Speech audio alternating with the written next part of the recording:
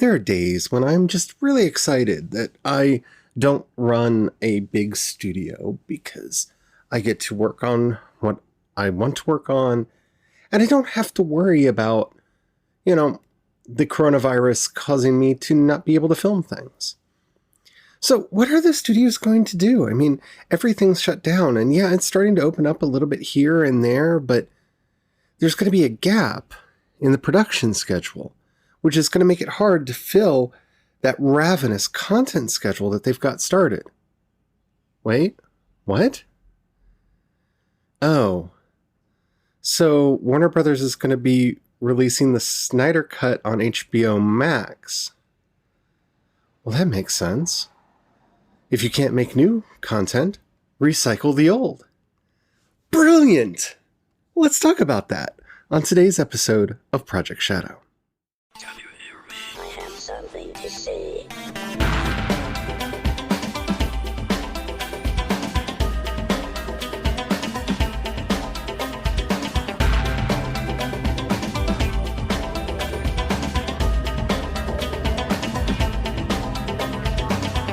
Project Shadow starts now. Hello everyone, how are you doing today? My name's Charlie. You might know me better as sci-fi fantasy writer C.E. Dorset. And yeah, they're announcing the release of the Snyder Cut next year. But wait, that doesn't make sense. I mean, Justice League came out years ago, and the Snyder Cut was theoretically finished before, they brought Joss Whedon in, because it's the Snyder Cut, and that they had to go back in and redo because... Wait, what? Oh, no. Okay, so they're spending $20 to $30 million to release this. It's going to be probably around 4 hours long, and they're going to try to bring the actors back in to do reshoots. Oh, wait a minute. Wait a minute. So this whole thing is a PR scam to get people excited about HBO Max and to recycle content with just a little bit of additional tweaking that they have to do. Because, yeah, if they're doing some reshoots, that's going to cost some money, and they're going to have to finish the special effects, and that's going to cost some money. But, to have a complete original series, which is what they're talking about possibly releasing this as, rather than a movie, 20 to 30 million, that's not bad. So, the Snyder Cut didn't exist.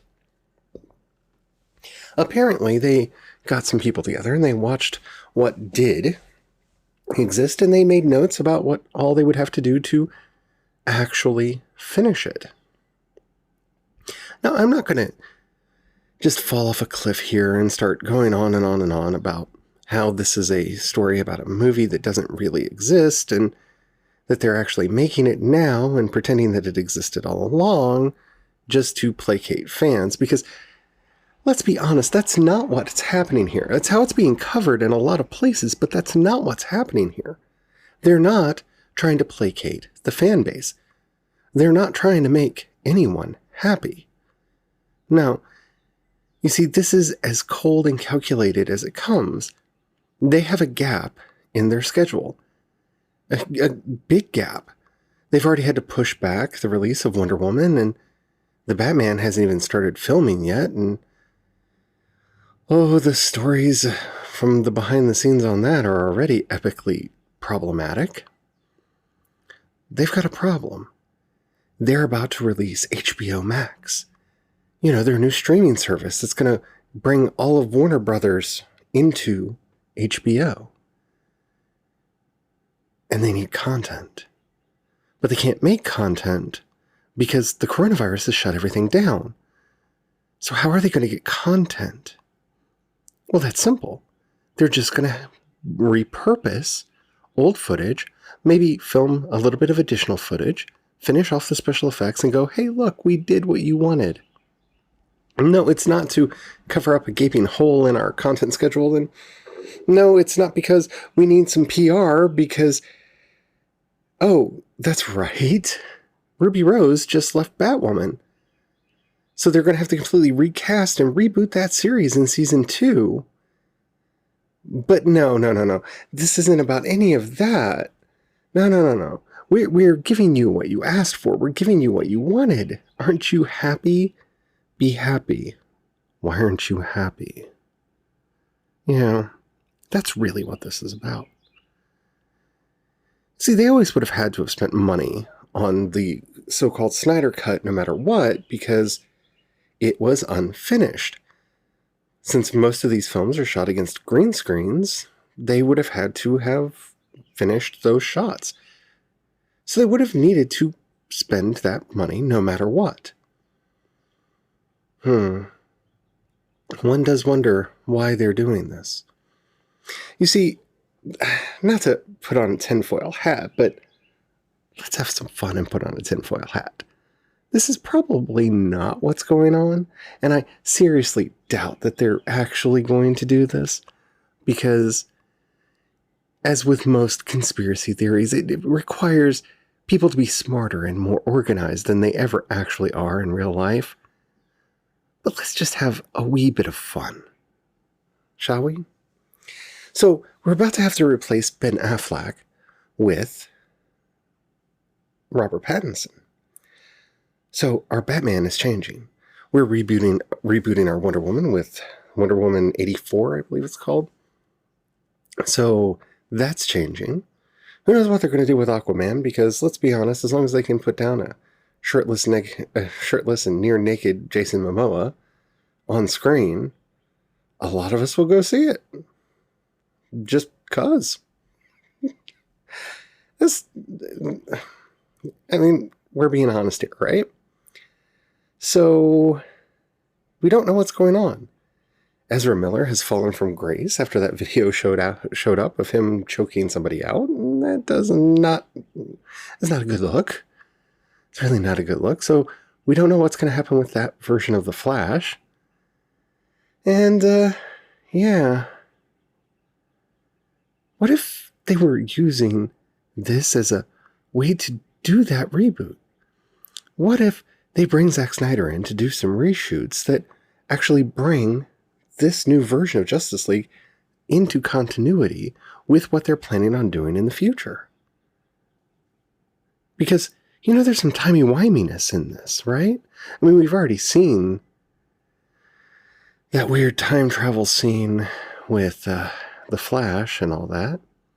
So you just put in kind of a Flashpoint event that causes everything to break as a way of ending this. Oh, wouldn't that be exciting? Wouldn't that be tremendous? And now, suddenly, all of the new Warner Brothers superhero films, all those DC Universe movies, are in continuity with the old ones.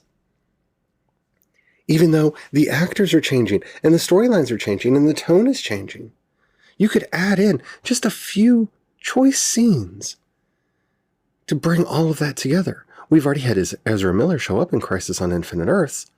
Crisis on Infinite Earths could play into this. I'm not saying that they're going to do that, and more than likely they're not, because, let's face it, the fun of a conspiracy theory is imagining what if people were better at doing things than they ever would be in real life. But wouldn't that be something? We won't know what the end result of this is until it actually comes out, but they're spending $20 to $30 million to finish and do reshoots for a project that many people believed was done for a very long time. That obviously wasn't. The PR, the power of PR. Will anyone care? Well, it's all a matter of how they do the rollout. See, they're already doing it. You asked for it. The Snyder Cut, exclusively on HBO Max. Because we don't have to pay anything for distribution. We don't have to make discs. We don't have to ship it anywhere. We don't have to make copies to put into theaters. We control our analytics, so we don't have to tell you how popular it was. We can pretend that it was secretly more popular than it was, or tell you the truth. Whichever actually happens. Because we won't know, because it's all inside the HBO Max black box. It's the perfect real-life scam. They get to pretend that they're being altruistic and actually giving us that which we actually asked for, while at the same time covering their butts, filling a hole in their schedule that they don't have anything to fill. Because they expected more seasons of The Watchmen, but it was perfect, and the creators realized it was perfect and decided, nope, we're not doing more of that. And because of the outcry, they knew they couldn't push on without them. And so that's gone. Oops. What are we going to do now? Well, we can repurpose and recycle old material and concoct a wonderful PR campaign. Because let's face it, streaming is nothing but PR. It really isn't. It's PR and nostalgia, at least at this point. There really is very little reason to go to one streaming service over another. The reason I have both CBS All Access and Disney Plus is because they have the stuff that I have liked. And I'm currently rewatching Picard because reasons. Yeah. Watching that behind-the-scenes documentary about The Mandalorian, because they already know I like that. Now, I'm not trying to say that streaming services are little more than PR firms who are able to make money based off of the perceived value of a product that may or may not be there. But it is a black box into which we cannot peer and we cannot look. I remember when we did our review of The Order a while back, and nobody cared. We kind of didn't. And I never really saw a lot of people talking about it. I tried to start discussions on numerous occasions, and most of the people that I know in real life have never watched it. Oh, but next month, season 2 comes out. And I'm not opposed to it. It was an interesting premise. I like that kind of show. You'll know that I'm a big fan of that kind of supernatural weirdness show. Supernatural drama. I don't know what to call that category because it's not horror. It has a lot of horror elements to it, but it's not horror. Let's say supernatural opera. Because it's very melodramatic, and that's what I like about it. It's a soap opera with werewolves. Yeah. But we don't know why they're making it. We don't know why we're getting more. We just are. I mean, it's Netflix. When they have a huge hit on their hands, they're, not shy about coming out and saying, hey, guess what? We have a huge hit on our hands. It's wonderful, isn't it? They didn't do that. They're not Stranger Things-ing it. They're not even Chilling Adventures of Sabrina-ing it. Both of which we know have fairly large fan bases. And the same thing's true here about the Snyder Cut. It became a cause célèbre. It became something that you could just say as a way to distract yourself from the, freakish horror show that is life right now. And so they're giving it to us as a method of PR. You see, DC is in shambles right now. The metal books didn't do as well as they expected them to do, and putting Batman in everything did not make it better, so you're going to have to work on that. They need something. They need a win, especially with HBO Max coming out. I mean, I know I keep going back to that, but it's hard to miss the fact that HBO Max is coming out. And while I'm excited about, I'm actually more excited about Peacock than I am about HBO Max, just because they're going to have a free tier that if I don't want to pay for it, I don't have to, but I can still watch it anyway, because that's smart. And we'll see how that works and how long that lasts. But, if I want to watch their shows with commercials, I can do that. If I want to pay and make the commercials go away, I can do that. I'm already paying for HBO, and we've been debating for a long time over whether we're going to continue to do that because, they haven't been putting up movies we like, and most of the series we have enjoyed watching are over. The only reason we haven't yet is, we just haven't made the decision. And HBO Max is coming, and every now and then we watch, an older movie that they happen to have up on HBO. Do a rewatch of a series we used to like. Yeah. I mean, that's about it. They need a win. Warner has not really captured the imagination of the public in quite some time. And the closest thing that they have right now to that public attention is this idea of the Snyder Cut.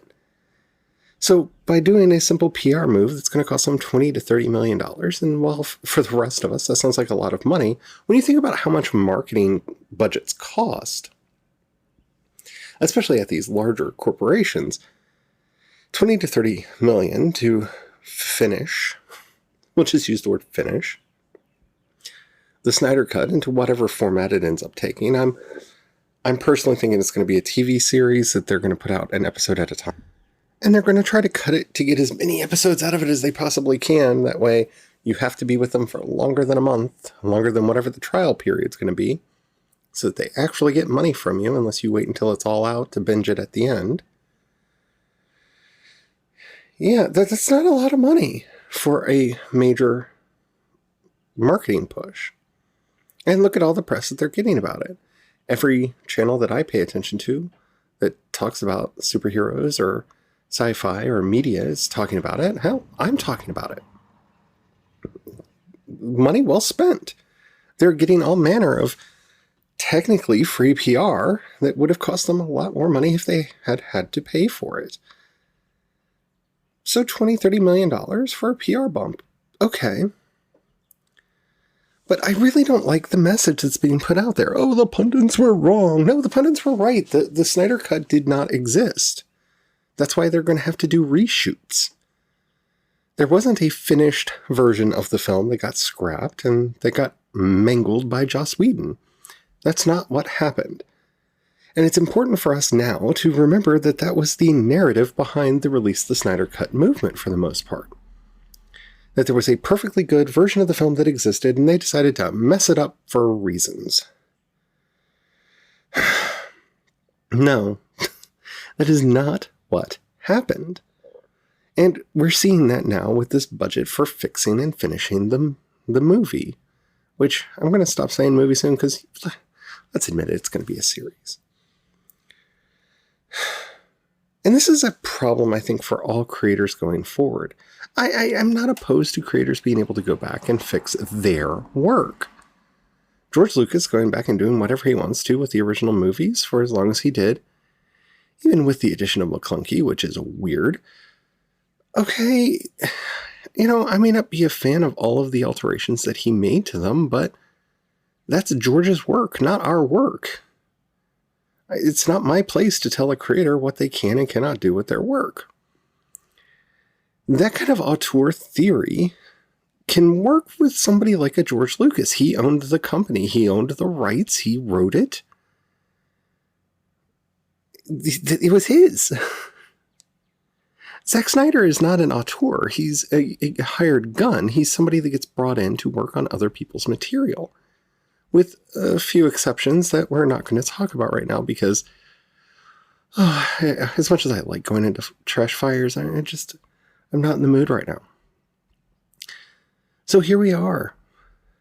The Snyder Cut is coming out.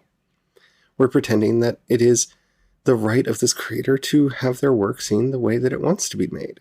This is, of course, the great propaganda war that's going out. Have you seen the behind the scenes on The Mandalorian? That's the message that every artist on there gives.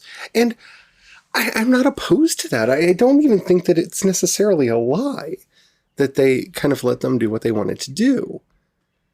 Because they chose people that could work in their system. But we know that that's not the way that Disney works with these movies, or we would have gotten the Lord and Miller version of Solo. # release the Lord and Miller cut. Because I want to see it. I actually want to see that a lot more than I do the Snyder Cut, though I will probably watch it as well. This idea that streaming is giving freedom to all of these creators is half right, mainly because the voracious need to constantly be pumping content onto all of these channels at an alarming rate means that they don't have as much time and energy to put in and focus on, well, making sure that they're following all of their mandates. But at the same time, it does... They are all working for the same corporate good of the corporation. This isn't YouTube. YouTube does everything that it does for the benefit of YouTube, but at least when you think of most of the creators that are on that platform, they are making their content kind of at least in the way that they want to make their content, and they have the right to change it because they're not technically being controlled by anything other than their desire to fit into the algorithm, which they can choose to do or not. The same with most podcasters that are out there. Not all. The big ones are definitely corporate run and owned and operated, but that's not what's going on at Netflix or Disney Plus or HBO Max. No, I love the storyline that creators are allowed to follow their vision, but that's not really what's going on. I mean, we'll see. Especially with Taika Waititi doing a Star Wars movie.